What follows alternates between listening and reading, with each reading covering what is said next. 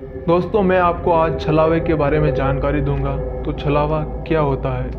दोस्तों हमारे हिंदू धर्म शास्त्रों में लाखों करोड़ों तरह के भूत प्रेतों का जिक्र किया गया है।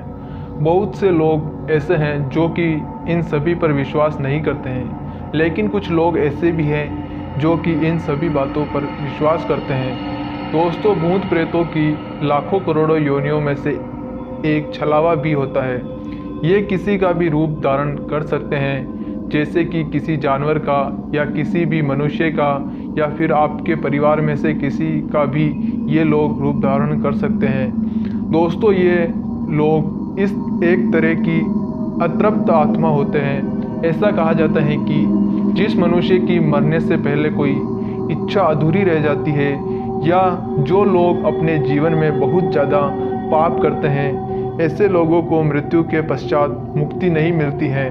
ऐसे लोग प्रेत योनि को प्राप्त हो जाते हैं और इस ब्रह्मांड में भटकते रहते हैं। छलावा कहाँ पर रहता है? दोस्तों वैसे तो इनका कोई निश्चित स्थान नहीं होता है। ये लोग ज़्यादातर करके सुनसान सड़कों, जंगलों, नदियों, तालाबों के आसपास देखने को मिलते हैं। यदि आप हॉरर सीरियल देखते हो तो आपको छलावे से संबंधित कई वीडियो देखने को मिल जाएंगे, जिन्हें आप YouTube पर देख सकते हैं। दोस्तों अब बात यह आती है कि क्या ये हमें नुकसान पहुंचा सकते हैं? तो दोस्तों मैं आपको बता दूं कि बिल्कुल ये आपको नुकसान पहुंचा सकते हैं। यहाँ तक कि ये लोग आपको जान से भी मार सकते हैं। छलावे को कैसे पहचानें? दोस्तों आप ये जानने के लिए काफ़ी उत्सुक होंगे कि छलावे को कैसे पहचाना जा सकता है। तो दोस्तों मैं आपको बता दूं कि यदि आप किसी साधारण इंसान की आँखों में देखेंगे तो उस इंसान की आँखों में आपको चित्र सीधा दिखेगा।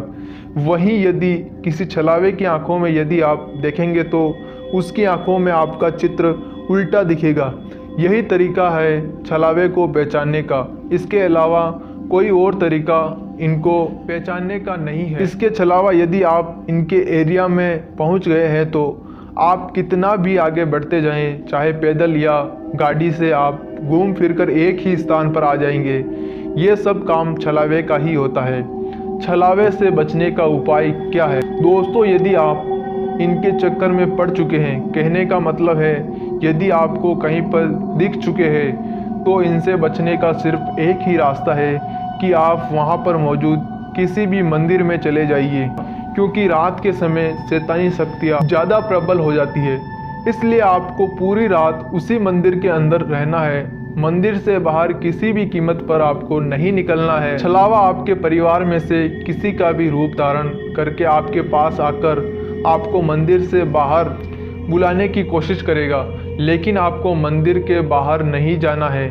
अब कुछ लोग ये सोच रहे होंगे कि यदि हमको कहीं पर मंदिर न मिले तो दोस्तों आप मन ही मन हनुमान चालीसा पढ़िए।